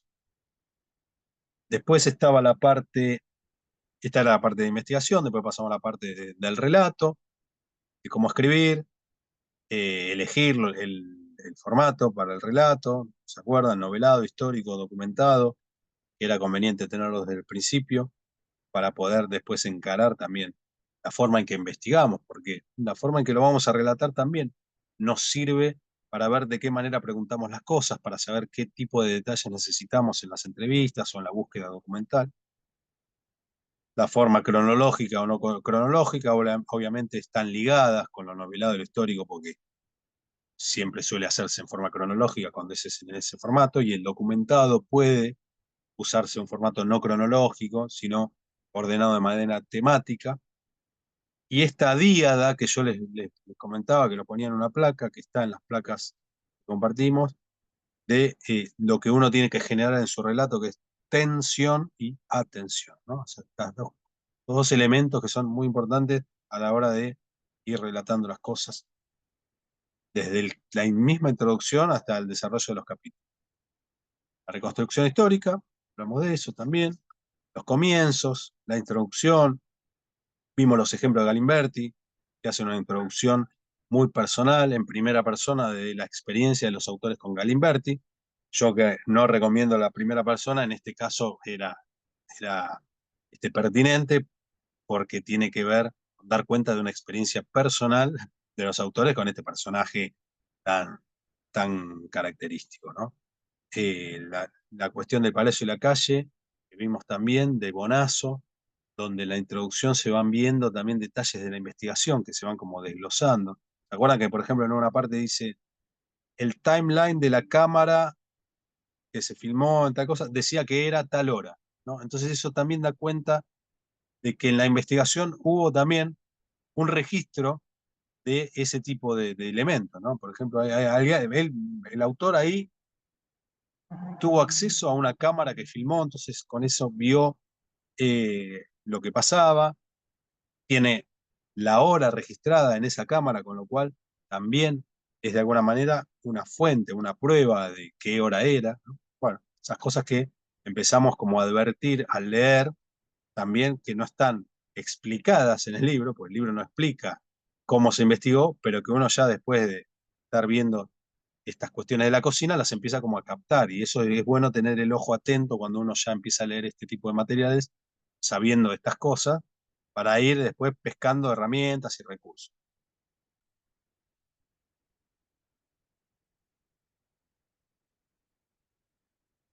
En lo de Berbisky estaba también, parecido a esto, esos detalles de una conversación telefónica, ¿se acuerdan, no? Entre un funcionario y un empresario. Dice, bueno, vos pasame tal dato y yo te digo cómo hacer, cuándo va a salir una cuestión impositiva, se estaba discutiendo ahí, era como toda te doy mi número de teléfono, llamame al celular, era como todo un excesivo detalle, ¿no? Que un poco daba cuenta de que el que había investigado había tenido acceso, es como una forma de presentarle al lector que uno tuvo acceso a un montón de detalles. de la investigación. Y eso también sirve, ayuda, legitima, da credibilidad. Vimos las funciones del editor, que las repasamos recién. Y bueno, lo último del plot, que ya lo tienen, ya lo vimos bien en profundidad, lo repasamos hoy también, el contrato. Y con esto se acaba el taller, créanlo o no. Así que lo que les haya quedado en el tintero, me lo preguntan. Me lo pueden preguntar ahora, no, me lo pueden preguntar fue por mail, cuando quieran. Última cosa antes que hablen. eh, yo les había planteado como consigna, si ustedes quieren desarrollar un plot con el proyecto que tienen, lo pueden hacer y me lo mandan cuando quieran y yo me comprometo a revisarlo y hacerles una devolución para que pueda ayudar a hacer un plot definitivo en el caso de que tengan la posibilidad. Así que eso está abierto, como les dije la otra vez, no hay notas, no tienen que aprobar. Si no lo quieren hacer, es problema de ustedes y yo no me voy a ofender, pero es interesante, bueno, yo creo, ¿no? Ya que llegamos hasta acá, que si quieren dar un pasito más, lo puedan hacer para tener ya un poco terminado de abrochar ese tema. Bueno, los escucho. Una pregunta, ¿te acordás que la otra vez te había comentado esto de la prensa? Una vez que tenés el libro ahí circulando. Ajá, sí, Sí. es verdad. No, como no, ahí no, estoy totalmente en Babia, no se me ocurre muy bien cómo Ya, impulsar la difusión. bien, Quería, de acuerdo a tu te conté. experiencia, ¿qué Sí, aconsejás? sí. Bueno, hay varios caminos, digamos. En general, las campañas de prensa, bueno, las hace gente dedicada a eso, uno le paga, le presenta los materiales y es gente que tiene ya una agenda de medios que cuenta y bueno, se dedica específicamente a libros o a música o lo que sea y con lo que uno le manda confecciona lo que se llama una gacetilla, ¿no? Que es un texto que vende periodísticamente el producto, en este caso, el libro, el autor, el tema, se busca lo más ganchero posible y se distribuye en los medios. Eso es un trabajo que lo puede hacer uno también como autor, pero la verdad es que si uno tiene un pequeño dinero para invertir, es mejor que lo haga un tercero con, con experiencia en el tema, porque además uno se tiene que hacer una doble exposición como autor y como gacetillero o como prensero de su propia obra. Entonces por ahí conviene, llegado el caso, contar con algún profesional. Yo conozco algunos, así que si ustedes se ven en esa situación y no saben a quién recurrir, me preguntan a mí y yo les paso teléfonos de gente que conozco, con las que he trabajado y con las que no he trabajado, pero que conozco desde el ambiente. Eh, Eso es un camino personal, independiente. Ahora, ¿qué pasa? Cuando uno trabaja con una editorial grande, en general las editoriales hacen campañas de prensa, tienen su propio equipo de prensa y hacen este mismo trabajo con su propio equipo. Lo que ayuda es que por ahí uno haga un refuerzo, si quiere, con algún profesional extra que se sume a esa campaña, si es que la editorial lo autoriza. Porque por ahí la editorial dice, no, no, no, nosotros nos manejamos con nuestra gente y nada más. Entonces eso puede pasar también. Pero básicamente la campaña pasa por ahí. Yo lo que recomiendo, si va a ser algo independiente, que sea con alguien que esté dedicado a eso. No se cobra mucho, bueno, hay algunos que cobran mucho, algunos prenseros que se le llaman en el ambiente. Algunos cobran mucho, otros no. En general son cosas medianamente abordables, ¿no? O sea, no es algo que es una fortuna imposible de pagar. Hay gente que trabaja, gente, trabajadores de periodística. Así que es un poco la forma.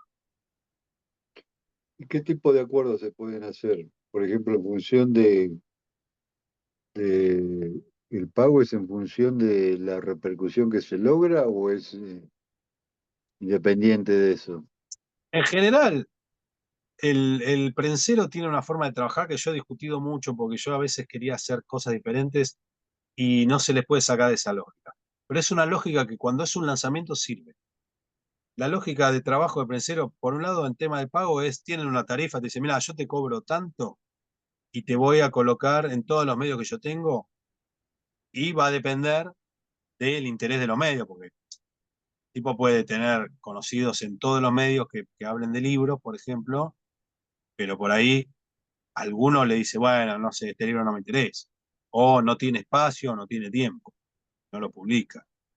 Eso puede pasar. Pero en general, el método de trabajo que tienen es distribuir y hacer refuerzos, ¿no?, más personales con los que están encargados de que eso se publique en un diario, revista o en un medio visual. Y entonces, ellos miden el éxito de la campaña en base a las notas que se hacen. O te consiguen una nota, te llaman y dicen, che, mira, Roberto, mañana te entrevista Radio X a las 3 de la tarde. Te van a llamar para hablar del libro. Te llaman. Entonces, bueno, un poco el éxito de la campaña se mide en ese tipo de resultados. En cuántas notas vos conseguiste. Se supone que las notas son las que acercan al público a tu obra. No, no hay mucha más magia. Después, si la editorial tiene presupuesto y tiene interés y expectativa de venta, puede hacer una campaña gráfica, como habrán visto en la calle, en carteles o, o incluso en medios, ¿no? Con spots publicitarios. Eh, Eso se suele hacer también. Pero bueno, después de ahí ya empieza a influir el presupuesto. La campaña básica de medios es esa. En general, no es que cuanto más notas te hagan, más vas a vender. Sí es cierto que las notas de alguna forma pueden despertar el interés de algún lector para ir a comprar el libro, pueden hacer, pero no quiere decir que porque te hagan una nota vas a vender un montón de libros. Es raro que pase eso, pero sí sirve para instalar el tema. Y de alguna forma después eso puede rebotar de otra manera, que no se sabe cómo. Alguien que tiene un centro cultural, como el de Julio, por ejemplo, escuchó la nota, te llama y te dice, che, ¿no querés venir a dar una charla? Y traemos unos libros y los vendemos, por ejemplo. O sea, se empiezan a dar como esas cosas asociadas que no están directamente relacionadas con que haya alguien que escuchó y va corriendo a la librería, ¿no? Claro. Gente, aprovecho un segundo, me tengo que ir. Después Bueno, sigo con vos, Cristian. Y dale, gente, un placer haber compartido todos estos encuentros. muy bien. Un Gracias, Julio. abrazo. Gracias a Abrazo ustedes. grande. Buena suerte. La seguimos. Feliz año. Feliz año. Igualmente. Bueno, Sandra, si tenés algo para comentar, es el momento. Sí, bueno, a mí prensa, a mí me encantaría trabajar de prensa. De hecho, este viernes Ajá. me recibo de periodista, Bien, así que felicitaciones. estamos preparando la materia final. Bueno, la cuestión es eso, ¿cómo entrás vos? Bueno, esta es otra pregunta que tal vez no tiene mucho que ver, pero como periodista, ¿no?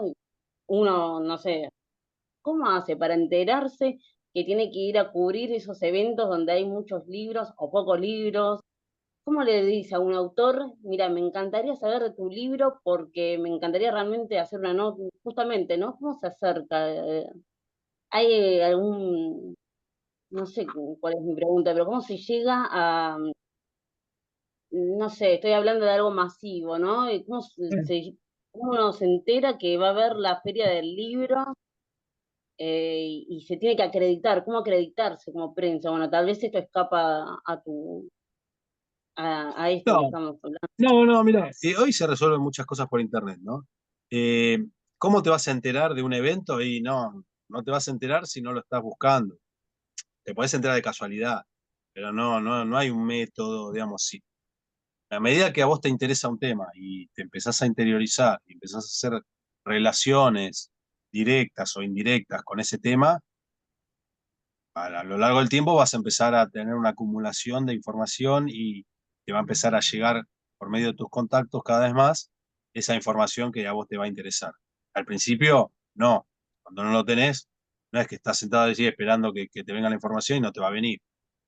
Pero una forma de acceder a eso es ir a los lugares donde ya se sabe que van a pasar esas cosas, como dijiste vos, la Feria del Libro. En la Feria del Libro tenés el programa y ahí tenés todo. Ahí vas a ver, mira, ahora habla tal autor, ahora habla tal otro, sobre tal libro, tal tema, o lo que sea. Ir, hablar con las editoriales, ir y hablar, cara dura. El trabajo del periodista también es ese, ¿no? poner la cara ahí, sacarse la vergüenza y hablar. Este, y la pregunta era, ¿cómo te acreditas? No, por ejemplo, la Feria del Libro no es muy difícil acreditarse. Creo que últimamente se hace por la página de la Cámara del Libro, cuando se hace la feria, aparece ahí un campo para acreditarse. Necesitas, no son muy estrictos, pero necesitas poner dónde sos, ¿no? De algún medio, si no sos de ningún medio, por ahí, si estás cursando la carrera de periodismo, con eso también te acrediten.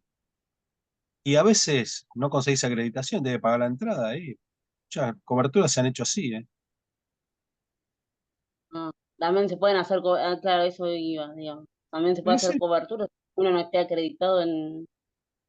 No, lo único que puede pasar es que te digan, che, ¿vos estás acreditado? Sí, por supuesto. Muchas grandes notas se han hecho así, mintiendo, metiéndose, soy el portero, qué sé yo. No, por favor, una vez entré, por favor, estoy a prueba en una revista, si no entro no me van a tomar. Mentira. Bueno, pasá. Qué sé yo, no sé. Esas cosas, hay que usar esas argucias, digamos. Todavía, Pero todavía- te repito, tenés que ir a la Feria del Libro, y no conseguís acreditar, y bueno, pagás la entrada y vas. Y adentro haces todos los contactos que quieras, nadie te va a decir que no.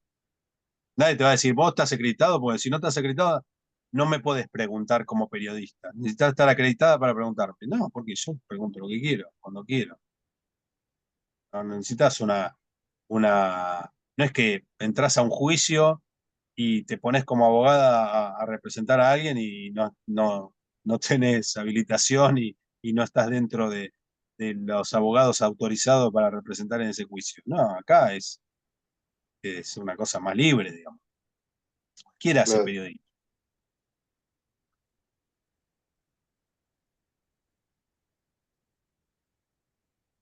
sí, sí, entiendo. Sí, sí, ¿Está claro? está claro, totalmente. Bueno, del taller, esto les quiero preguntar, del taller, ¿qué parte les pareció que estaba mejor desarrollada y cuál les pareció que por ahí necesitaba un poco más de desarrollo? Porque aprovecho con esto para las futuras ediciones. Bueno, a mí me gustó lo- la forma en que lo organizaste. Está muy ligado a lo práctico, digamos, a las tareas que se le deben presentar a cualquiera que hace un trabajo así. En todo caso, por ahí sí un ejercicio que puede ayudar es remitir, por ejemplo, el proceso a una obra, en alguna clase, digamos, no permanentemente, sino en alguna clase, ¿no? Vos fuiste mencionando algunos trabajos, este, pero si tomamos por ahí una obra determinada para ver los distintos aspectos, no sé, Ajá, desde cómo está confeccionado el índice, claro, este, hasta, no sé, qué tipo de prólogo hace el autor o el comienzo. Viste que suelen decir que los comienzos son a veces decisivos para captar al lector, claro, claro. digamos, ¿no? Sí, sí, sí, sí.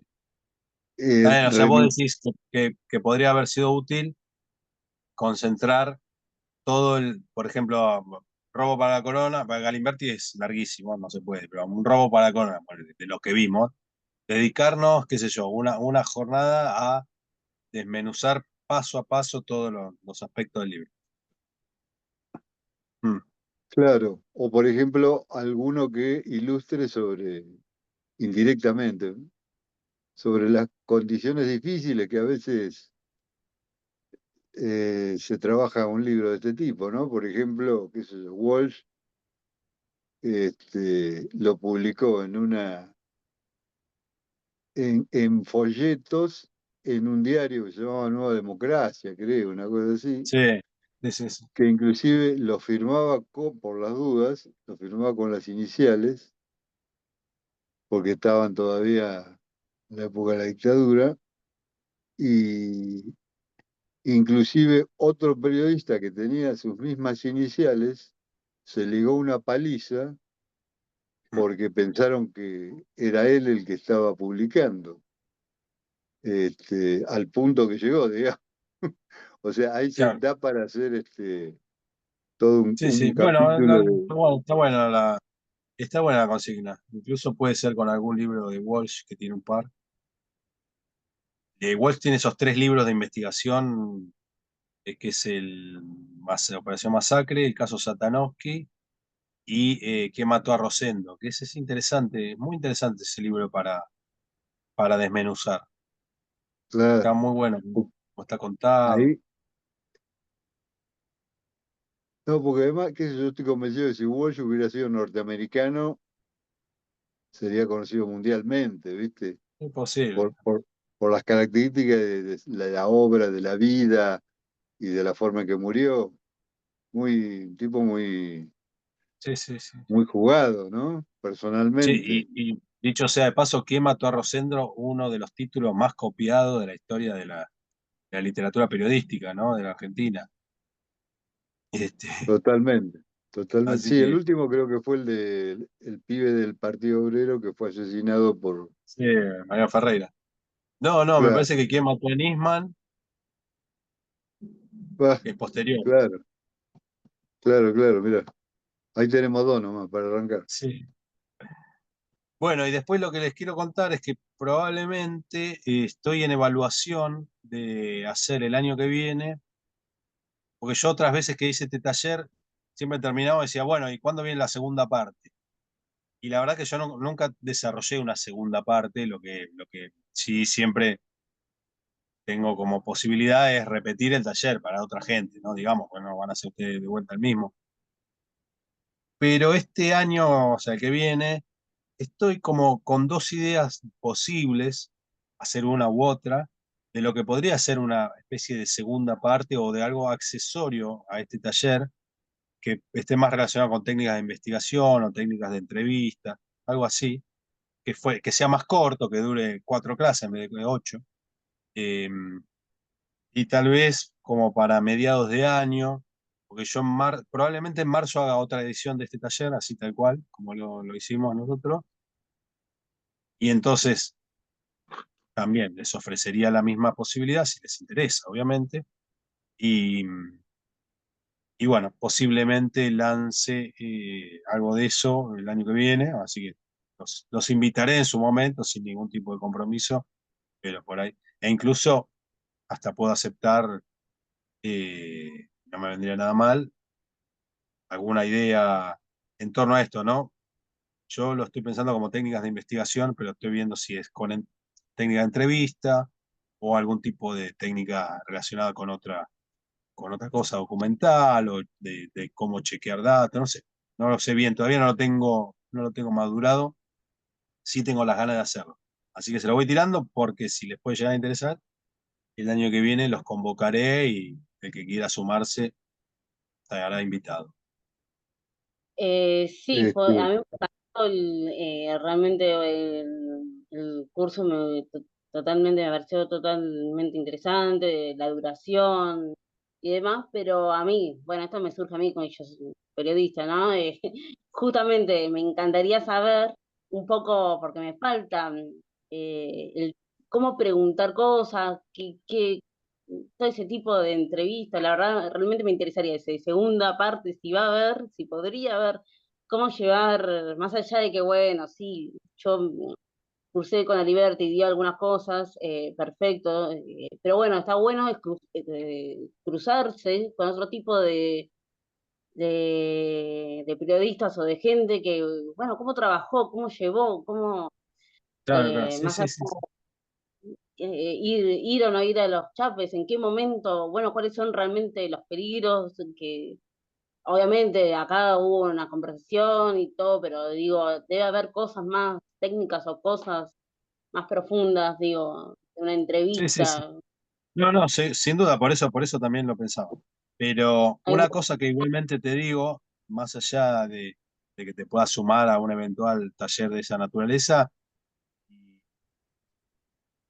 y seguramente donde estudiaste se debe hablar mucho de esto, es que se hace mucho en la calle esto también. La calle, hablo de calle como representación del trabajo de campo, digamos. Puede ser la calle o puede ser el teléfono, ¿no?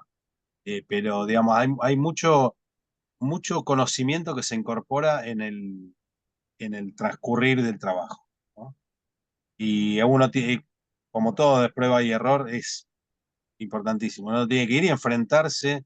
También hay respuestas que las vas a encontrar ahí, que no hay taller que te las dé, o te las puede dar, pero vos las vas a asimilar cuando te la enfrentes. Cuando te enfrentes con esa dificultad, cara a cara, y digas, uy, ¿cómo me está pasando esto? ¿Cómo lo resuelvo? O ¿cómo no lo pude resolver? O qué bien que lo resolví. Esas experiencias también son una parte, pero importantísima del aprendizaje. Digo, para que no deposites todo, y no, lo digo, en contra de mi propio interés de que te sumes a un No, taller si lo doy, digamos, pero que no vuelques toda tu expectativa en adquirir un conocimiento solamente en algo como un taller así, digamos. Hay que ir a la calle y patear y no, no, enfrentarse con... le decimos, lo que hay que salir desde el periodismo del escritorio, nosotros le decimos así, ¿no? Claramente, sí, nada, nada, hay cosas, Después no, cuando ya estás viejo como yo hago notas por WhatsApp, ¿no? Pero bueno, yo me puedo dar ese lujo, ¿entendés? Porque yo ya sé que preguntaba, yo la otra vez publiqué una nota ahí en Tiempo sobre un caso que denuncian a un franquista que hace apología, no sé qué, y la verdad es que yo a la entrevistada que hace la persona que hace la denuncia es una argentina, yo la conozco, la entrevisté al padre hace un montón de años, conozco su historia, entonces es como muy fácil, digamos, sencillo, ya sé qué preguntarle, no necesito estar media hora hablando por teléfono y grabar una entrevista larguísima para que me diga algo. No, yo ya sé que le voy a preguntar, le digo, mira, te pregunto así, primera pregunta, tal cosa, segunda tal cosa, tercera tal cosa. Y me respondió lo que necesitaba. Pero bueno, porque soy grande, ya hice muchas entrevistas y tengo esa gimnasia. No se puede empezar por ahí. Y a veces, no, y a veces tampoco no, sirve que se haga eso por más que uno tenga la experiencia y la gimnasia. A veces tiene que ir a la clásica, a la tradicional y enfrentar al entrevistado de la forma tradicional y hacer la nota, digamos. pero esos talleres así, a mí lo que me despiertan, obviamente no deposito esas No, cosas, no, pero no, ¿sabes lo obvio, no te quería bajar la expectativa tampoco. que es? Curiosidad, a mí lo que me genera es curiosidad, este tipo, por ejemplo, yo trabajo mucho con música, ¿no? Este habló al otro día, yo, bueno, es lo que a mí me pasa, ¿no? Es una cosa generacional, pero yo nunca había hablado, y acá en mi casa no escuchan mucho rock nacional, pero habían hablado de pájaros yo no sabía que Charlie había tenido otra banda, pájaros, ay, no me acuerdo de ahora pájaros, La máquina de hacer pájaros. la máquina de hacer pájaros, Claro, exactamente, sí, yo sí, no la Charlie. conocía esa banda. Y bueno, y por historias o cosas, eso, ¿no? Escuchar a otras personas, ese conocimiento, despierta curiosidad, decir, mira, no sé, estoy diciendo cualquier cosa, ¿no? Esta entrevista, sí, a ver, voy a probar en mi próxima entrevista hacer algo más o menos parecido, a ver qué surge, a Claro, ver qué sale. La claro. técnica, Exacto, sí, sí, leer entrevistas de medios, leerlas, ver las preguntas, analizarlas. Se miente mucho ahí, porque en general hay una tendencia a hacer preguntas largas, esto se ve mucho en la tele. Hay una tendencia a hacer preguntas largas, hay una tendencia a preguntar también, esto pasa mucho en la academia, Roberto, la pregunta ponencia, ¿viste? Uno dice, yo tengo una pregunta y en realidad es una ponencia, digo, bueno, vení de este lado, es el tipo que está exponiendo y dice, dale, vení, sentate al lado mío y exponemos también. Pero bueno, en el Claro, periodismo sí. también pasa esto, pregunta larga, a veces es necesario, porque a veces uno tiene que poner un contexto en la pregunta, entonces le dice, bueno, mira, tal año pasó esto, tal año pasó esto, y vos que no sé qué, tal experiencia, la pregunta es esta. Pero después, a la hora de transcribir la entrevista, no puedes poner todo eso, porque queda la pregunta más larga que la respuesta. Entonces se recorta mucho. Pero además de que se recorta mucho, muchas veces se edita mucho y se miente un poco. Uno, si miente, tiene que pensar que miente en función de que mejore, de que la nota sea más clara. Pero a veces alguno miente, a veces para mandarse la parte de que mira la pregunta que hice. A veces se inventan preguntas que no están para que la lectura tenga una cierta dinámica. El entrevistado respondió 20 minutos hablando y no paraba, no respiraba el tipo. Y entonces, cuando vos transcribís eso y querés dejar todo porque es interesante, por ahí en el medio le inventás una pregunta para que tenga dinámica. Bueno, en general, uno trata de no hacer esas cosas, pero esas cosas se hacen. De todas maneras, no importa a la hora de hacer el ejercicio de leer las entrevistas y tratar de identificar incluso esas cosas. ¿Sí? Esta pregunta está inventada, seguro. Después de inventar unas cuantas preguntas te vas dando cuenta cuando la pregunta está inventada o corregida, ¿no? Pero bueno, ese ejercicio también es buenísimo. Leer un poco lo que hablábamos, ¿no? En el taller. Después de conocer algunos detalles de la cocina de la investigación, uno también ya puede leer adivinando o percibiendo, más que adivinando, ciertas cuestiones de la estructura y del trabajo, ¿no? El proceso del trabajo. Bueno, al leer una entrevista también uno puede empezar a encontrar esas cosas. Así que sí, es muy probable que sea sobre la entrevista el taller, pero bueno, ya veré. Te voy a avisar, les voy a avisar a todos ustedes. Y lo que les voy a mandar también es el certificado que vos no estabas cuando lo comenté, que es tan, nada, para que lo tengan de recuerdo. Y no No, sé, a ella hagan le puede un, servir, a ella también le puede servir como una muestra de actividades de su carrera, ¿no? Como un sin duda, certificado. sin duda.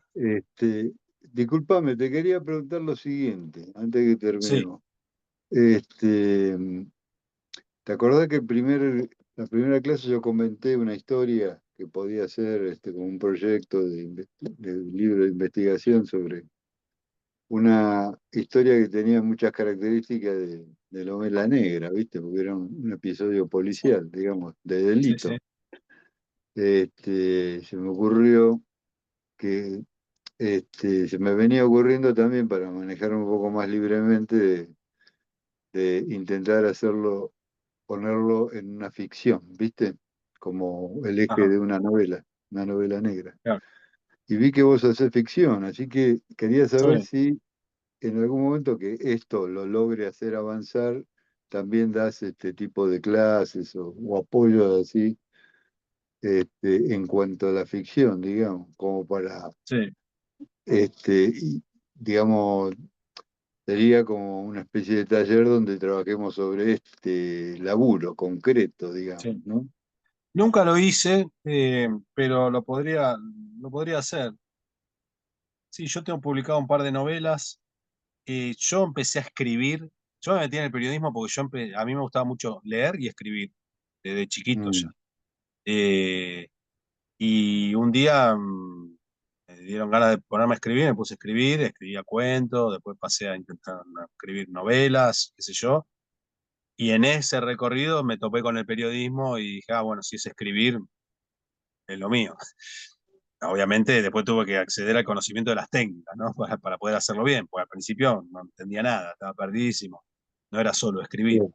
Este, pero, pero a mí me gusta más la ficción. Lo que pasa que, como decíamos antes, la ficción es más difícil de publicar cuando uno no es un autor conocido, ¿no? De todas maneras, nunca había pensado en un taller porque si bien yo trabajo con alguna técnica que fui desarrollando más que nada por la lectura y por el ejercicio y porque he tenido gente que me ha ayudado y me ha apuntalado, no tengo nunca desarrollé una técnica en el sentido de poder transmitirla, pero lo podría hacer con esta idea, con este interés que vos mostrás, bueno, por ahí es un puntapié para que lo haga. Si lo hago, te aviso. Sí, en el sentido de hacer una clínica sobre este trabajo en curso, Sí, digamos, ¿sabés qué? ¿no? Por ahí podríamos hacer un día, le voy a decir a Julio, por ahí podemos hacer un día como una charla, como llamarle así, entre comillas, una masterclass, ¿viste? Como vos dijiste, una clínica, de un par de horas, un día, y un poco medio abierto, ¿no? Y ver con qué modalidad hacerlo. Sí, Claro. puede ser. Algo así por ahí me parece más viable. Para mí, ¿no? Para no tener que pensar en un programa, que no se me ocurre ahora. Eh, pero por ahí podría ser algo así. O sea, algunas ideas, obviamente las que aplico yo a la hora de escribir, las puedo transmitir. De hecho, este taller lo confeccioné así, basándome en mi propia experiencia, digamos, o sea, todos los pasos por los claro. que yo había pasado para publicar y para investigar, con la experiencia en el periodismo de unos cuantos años, bueno, lo condensé en un programa. Así Claro. que sería eso. ¿Te gusta la novela negra? ¿Lees novela Sí, negra? no soy muy lector, no soy muy lector de novela negra, pero me gusta más el cine negro que la novela. Pero porque no soy Claro, muy lector, he leído alguna cosa, pero muy escasa. claro, claro. Este, me gusta más otro estilo de ficción, pero, pero he leído algunas cosas. Sí. Graham ¿Qué Greene, estás ¿no? Algunos de leyendo? esos. ¿Qué estás ¿Eh? leyendo ahora?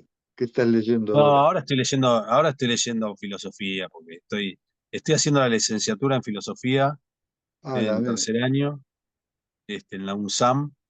Es una locura que tuve hace unos años que necesitaba patearme el cerebro de alguna manera contundente, y la filosofía era algo que me gustó siempre fui lector de filosofía, pero me resultaba bastante difícil de abordar. Hice alguna vez algún taller parecido a este de filosofía, asistí a algunas charlas, he comprado algunos libros de divulgación, he hablado con gente y todo, pero un día dije voy a hacer la carrera y me metí a hacer la carrera y nada que ver. Hacer la carrera es otro mundo y mucho menos lúdico, por cierto, de lo que parece la filosofía. Eh, pero bueno, la verdad que me metí con muchas ganas, y además porque es algo que yo lo quise incorporar a mi carrera profesional. Estoy escribiendo algunos artículos relacionados con filosofía. Si quieren, métanse en el sitio de Caras y Caretas. Ahí hay algunas cosas que estoy escribiendo. Eh, y Ah, entonces no hago otra cosa que leer filosofía últimamente. mira, mira, qué bueno. En estos días, Eh, este viernes, tengo que entregar una monografía para dar un final de una materia, así que estoy en esa situación. Por eso hoy les mencioné a Maquiavelo, estoy leyendo a Maquiavelo, estoy haciendo una monografía sobre Maquiavelo y Hobbes, comparándolos. Así que esa es mi vida literaria en los últimos tiempos. digamos que Bien, te respondió a la expectativa que vos tenías cuando decidiste estudiar esto. Sí, pero más difícil de lo que esperaba. En realidad, un poquito lo imaginaba, pero por ahí pretendía que no lo fuera, pero la verdad que sí, es difícil. Me está yendo bien igual y todo, y estoy estudiando con mucha intensidad, pero me vengo metiendo 6 materias por año, pero igual, eh, está difícil, es difícil, no es nada Claro. fácil. Y mi plan es ser adscripto a la cátedra de filosofía antigua el año que viene. De hecho, en el taller el taller no, en el Centro Cultural de Julio hicimos este año, yo los había invitado, me parece, unos ciclos de charlas sobre cómo leer a los filósofos griegos. Eso estuvo lindo, salió muy bien, la verdad que salió muy bien. Y probablemente El lo repito. Socrático. Sí, básicamente cómo leer a Platón y Aristóteles y todo lo que está en torno a esos dos autores, que siguen siendo los pilares de la filosofía. Bueno, mandá información, porque son temas interesantes que siempre se pueden. Si haces un Sí. curso, también avisa. O una Dale, charla. cómo no. Sí.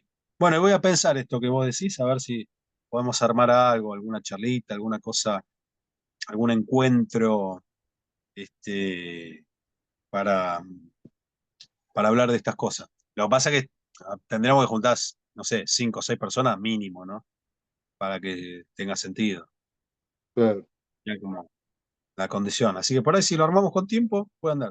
Si tenés algún conocido también que le pueda interesar, lo invitamos. claro. Bueno, lo voy a Bueno, yo pensar.